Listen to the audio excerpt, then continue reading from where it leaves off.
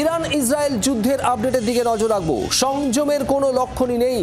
Israel তাদের সিংহ গর্জন থামাচ্ছে না, আর ইরানও বুঝিয়ে দিয়েছে তাদের পক্ষেও আত্মসমর্পণ করা সম্ভব নয়।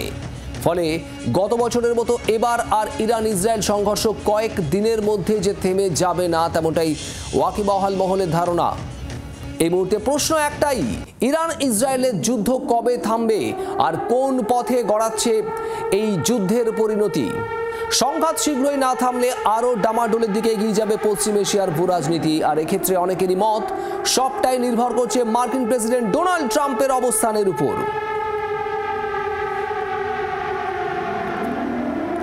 যুদ্ধ গর্জন মধ্যপ্রাচ্যে, আর এখানে এই আশঙ্কার মেঘ ঘনাচ্ছে শুধুমাত্র মধ্যপ্রাচ্য নয়, সেই সঙ্গে সঙ্গে গোটা বিশ্ব জুড়ে। রাশিয়া, চীন, তারা কি চুপ থাকবে? মার্কিন মুলুকের কি ভূমিকা থাকবে? G7 বৈঠক থেকে সফর কাটছাট করে বেরিয়ে গিয়েছেন ডোনাল্ড ট্রাম্প। আর এখানেই আশঙ্কা ঘনীভূত হচ্ছে, তাহলে কি এবার যুদ্ধে সরাসরি জড়িয়ে পড়বে মার্কিন যুক্তরাষ্ট্র? ডোনাল্ড ট্রাম্প কি করেন সেদিকে নজর। তেহরানকে যত দ্রুত সম্ভব ফাঁকা করার কথাও বলেছেন। আমেরিকানদের উদ্দেশ্যে, মার্কিন নাগরিকদের উদ্দেশ্যে সতর্ক বার্তা মার্কিন প্রেসিডেন্ট ডোনাল্ড ট্রাম্পের। আর এদিকে মার্কিন রণতরী চীন সাগর থেকে মধ্যপ্রাচ্যের দিকে নিয়ে আসা হচ্ছে। আর এখান থেকেই আশঙ্কা করছে বিভিন্ন মহল যে যুদ্ধে জড়াতে পারে মার্কিন যুক্তরাষ্ট্র।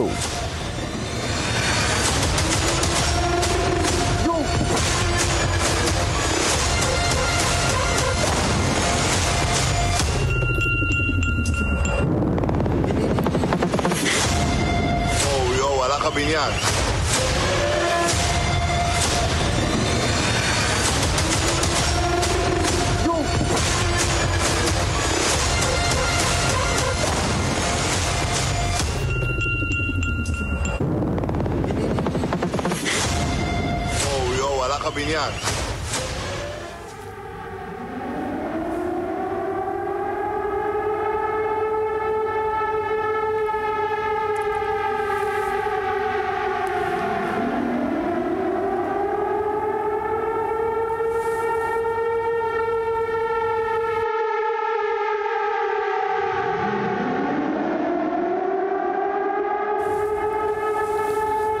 ইসরায়েলে এখনো পর্যন্ত 26 জনের মৃত্যু, এদিকে 200-রও বেশি মানুষের মৃত্যু হয়েছে ইরানে। ইসরায়েলের হামলায় ইরানে 200-রও বেশি প্রাণহানি এখনো পর্যন্ত, যদিও দুপক্ষের তরফেই এই সংঘর্ষ থামার কোনো ইঙ্গিত দেখা যায়নি। ক্ষেপণাস্ত্র হামলা ক্রমশ একেবারে উচ্চগ্রামে নিয়ে গেছে ইসরায়েল। তেহরানকে লক্ষ্য করে ইরানের একের পর এক পারমাণবিক ঘাঁটি, সামরিক ঘাঁটি লক্ষ্য করে ইসরায়েলের হামলা। গত রাতেও ইসরায়েলের একের পর এক ক্ষেপণাস্ত্র হামলা চলেছে। ইরানের বিভিন্ন অংশ লক্ষ্য করে পাল্টা প্রত্যাঘাত ইরানেরও।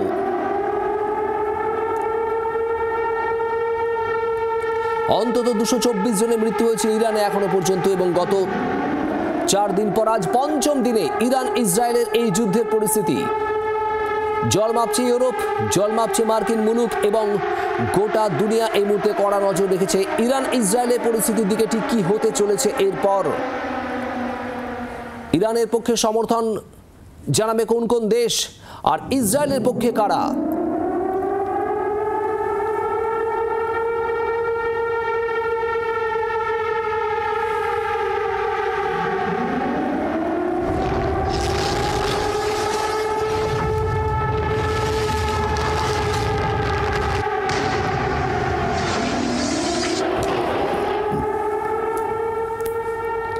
আর এই সব কিছুর মধ্যেই সামনে এসেছে ইরানের টেলিভিশন স্টুডিওর এক ছবি। আপনাদের দেখাবো সেই ছবি। খবর পড়ছেন সঞ্চালক, আর সেই সময়ই ইরানের ওই টেলিভিশন স্টুডিওয়ে, সেই চ্যানেলে ইসরায়েলি ক্ষেপণাস্ত্র হামলা। সংঘাতের চতুর্থ দিনে আরো তীব্রতা বেড়েছে ইসরায়েল ইরান সংঘর্ষের। আর ইরানের সরকারি টিভি চ্যানেলের স্টুডিওয়ে ক্ষেপণাস্ত্র হামলা চালায় ইসরায়েল, তাও আবার সংবাদ বুলেটিন চলাকালীন। ঘটনাস্থলের এক নাটকীয় ভিডিও ফুটেজ ছড়িয়ে পড়েছে সোশ্যাল মিডিয়ায়। دیدن تصویر اقتدار ایرانی و ایرانی جماعت و شکست هیمنه رژیم کودک کش صهیونیستی. من نمیدونم چند تا از همکارام داخل بودن. من طبقه اول بودم بمباران شد. نمیدونم چند تا از همکارام شهید شدن، نمیدونم چند نفر مجروح شدن.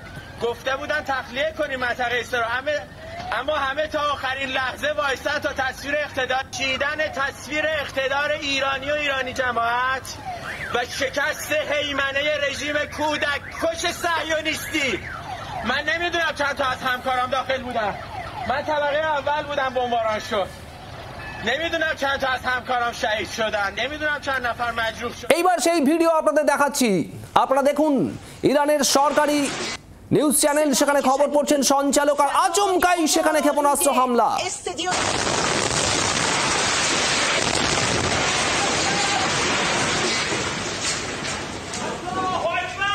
সেই ছবি আপনাদের দেখালাম, আরো একবার দেখাবো সেই ছবি। صدایی که شنیدید فضای غبارآلوده استادیوم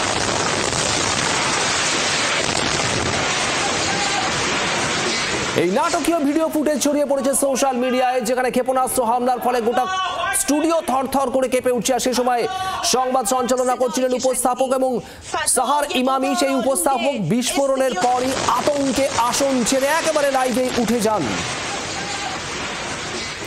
যুদ্ধের পরিস্থিতি ক্রমশ তীব্র হচ্ছে। অর্কদীপ্ত মুখার্জি আমাদের প্রতিনিধি রয়েছেন আমাদের সঙ্গে সরাসরি। অর্কদীপ্ত, পঞ্চম দিন আজ ইসরায়েল ইরান সংঘাত থামার কোনো লক্ষণই নেই, কি আপডেট আসছে এই মুহূর্তে? যে ভিডিও আমরা এতক্ষণ দেখাচ্ছিলাম শুভদীপ, যে একজন সঞ্চালক তিনি সরকারি নিউজ চ্যানেলে খবর পড়ছেন, সেই সময় ক্ষেপণাস্ত্র হামলা, এই ভিডিও নাড়িয়ে দিয়েছে সমগ্র বিশ্বকে। এবং এই ভিডিও থেকেই পরিষ্কার এই মুহূর্তে যুদ্ধের পঞ্চম দিন, যেমনটা তুমি বলছো, তার ভয়াবহতা কতটা। ইরান এবং ইসরায়েলের যে যুদ্ধ চলছে তার থামার লক্ষ্য নেই, বরঞ্চ আরও তীব্র থেকে তীব্রতর হচ্ছে। এবং ইরানের একদিকে যেরকম তাদের শক্তি ব্যালিস্টিক মিসাইল, ইসরায়েলের শক্তি কিন্তু তাদের বায়ুসেনা, এবং কনস্ট্যান্ট গত 5 দিন ধরে তারা কিন্তু একে অপরের ওপর ক্ষেপণাস্ত্র হামলা চালিয়ে যাচ্ছে, ড্রোন হামলাও কিন্তু চলছে। এবং এই পুরো বিষয়টাতে এই কদিনের মধ্যে, এই যুদ্ধের মধ্যে ইরানের তরফ থেকে ইরানের কিন্তু প্রায় 200-র ওপর, প্রায় 250 জনের কাছাকাছি মারা গিয়েছেন এখনো জানা যাচ্ছে। এবং ইসরায়েলের 30 থেকে 35 জন মারা গিয়েছেন এখনো পর্যন্ত অফিসিয়ালি যেটা জানা যাচ্ছে। সুতরাং এই যুদ্ধ কোন দিকে গড়াবে, যুদ্ধ আরও তীব্র আকার ধারণ করবে কিনা সেটা সময় বলবে। তবে এই মুহূর্তে কিন্তু যুদ্ধ থামার লক্ষ্য নেই, কারণ ইউএস এর তরফ থেকে মার্কিন প্রেসিডেন্ট লক্ষণ এখনো পর্যন্ত নেই অর্কদীপ্ত। আর এখানেই উঠছে একাধিক প্রশ্ন। আমাদের সঙ্গে থাকো অর্কদীপ্ত। এই মুহূর্তে আমাদের সঙ্গে রয়েছেন অবসরপ্রাপ্ত সেনাকর্তা কর্নেল দীপ্তাংশু চৌধুরী। কর্নেল চৌধুরী, আপনাকে স্বাগত জি 24 ঘন্টায়। পঞ্চম দিনে আজ গোটা পরিস্থিতি দেখে ঠিক কি মনে হচ্ছে, কোন দিকে গড়াচ্ছে গোটা পরিস্থিতির জল? ইসরায়েল ইরান সংঘাতকে আদৌ প্রশমিত হবে আগামী কয়েকদিনে, নাকি তা আরো উত্তরোত্তর বাড়বে? দেখুন, ইসরায়েল ইরান সংঘাত তো আরো ভয়াবহ হচ্ছে, যদি না এর মধ্যে দুটো রাষ্ট্রই এই শান্তির পথে নিয়ে যেতে পারে। এক হচ্ছে মার্কিন যুক্তরাষ্ট্র ইউএসএ, আর একটা হচ্ছে রাশিয়া। পুতিন ইতিমধ্যে দুটো রাষ্ট্রের ইসরায়েল এবং ইরানের হাইয়েস্ট অথরিটির সঙ্গে, দুজনের রাষ্ট্রপতির সঙ্গে কথা বলেছে, ইসরায়েলের নেতানুর সঙ্গে কথা বলেছে, ইরানিয়ান প্রেসিডেন্টের সঙ্গে কথা বলেছে। তবে কোন দিকে যাচ্ছে এখনো ক্লিয়ার নয়, কারণ যুদ্ধটা শুরু করা সোজা, আমরা বারবার বলি, শেষ পরিস্থিতি শেষ করে কোনো ইন্ডিভিজুয়াল কোনো ডিসিশন নিতে পারে না। কে শুরু করলো, কেন শুরু করলো, প্রত্যেকের একটা অবজেক্টিভ থাকে, সেই অবজেক্টিভের দ্বারা এটা শুরু হয়। এবং কোনোটা ঠিক অবজেক্টিভ হয়, অনেকটা ভুল অবজেক্টিভ হয়। এক্ষেত্রে কি হয়েছে সময় বলবে কেন ইসরায়েল প্রথম ইরানকে অ্যাটাক করলো।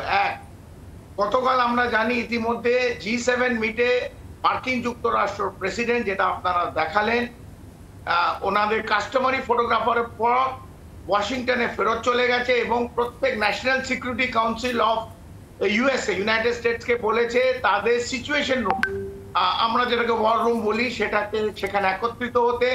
মার্কো রুবিও, যিনি সেক্রেটারি অফ স্টেট, তিনিও সাথে সাথে G7 ছেড়ে, তার মানে বোঝা যাচ্ছে যেখানে প্রেসিডেন্ট ট্রাম্প G7 মিট, যেটা খুবই গুরুত্বপূর্ণ, সেখানে ছেড়ে ওয়াশিংটন ফেরত গেছে, তার সঙ্গে সিচুয়েশন রুমে সবাইকে থাকতে বলেছে। তার মানে এই ওয়েস্ট এশিয়ায় যে অবস্থান যাচ্ছে অথবা যেদিকে যাচ্ছে, মধ্যপ্রাচ্য পুরোটা জায়গায় আরো ঘনীভূত হচ্ছে ভয়ঙ্কর কিছু হওয়ার দিকে। সেটা যদি না থামানো যায়, তাহলে আমরা গ্লোবাল কনফ্লিক্টে বেরিয়ে যাব। এখানে যদি মার্কিন যুক্তরাষ্ট্র সরাসরি ইরানের বিরুদ্ধে লড়াইয়ে সামনে চলে আসে, তাহলে বহু দেশের ভাগাভাগি হয়ে যাবে।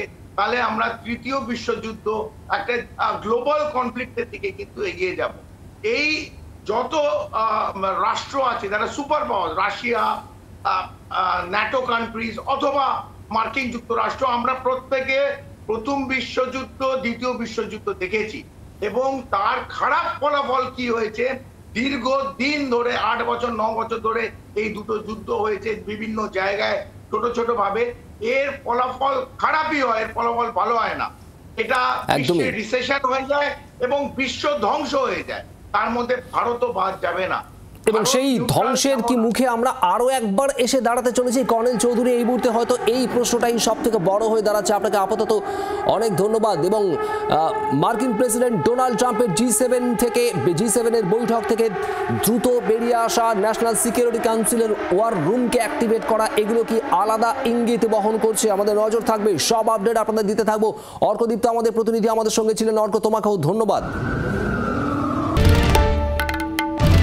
বাংলার আওয়াজ, বাঙালির আবেগ, জি 24 ঘন্টা।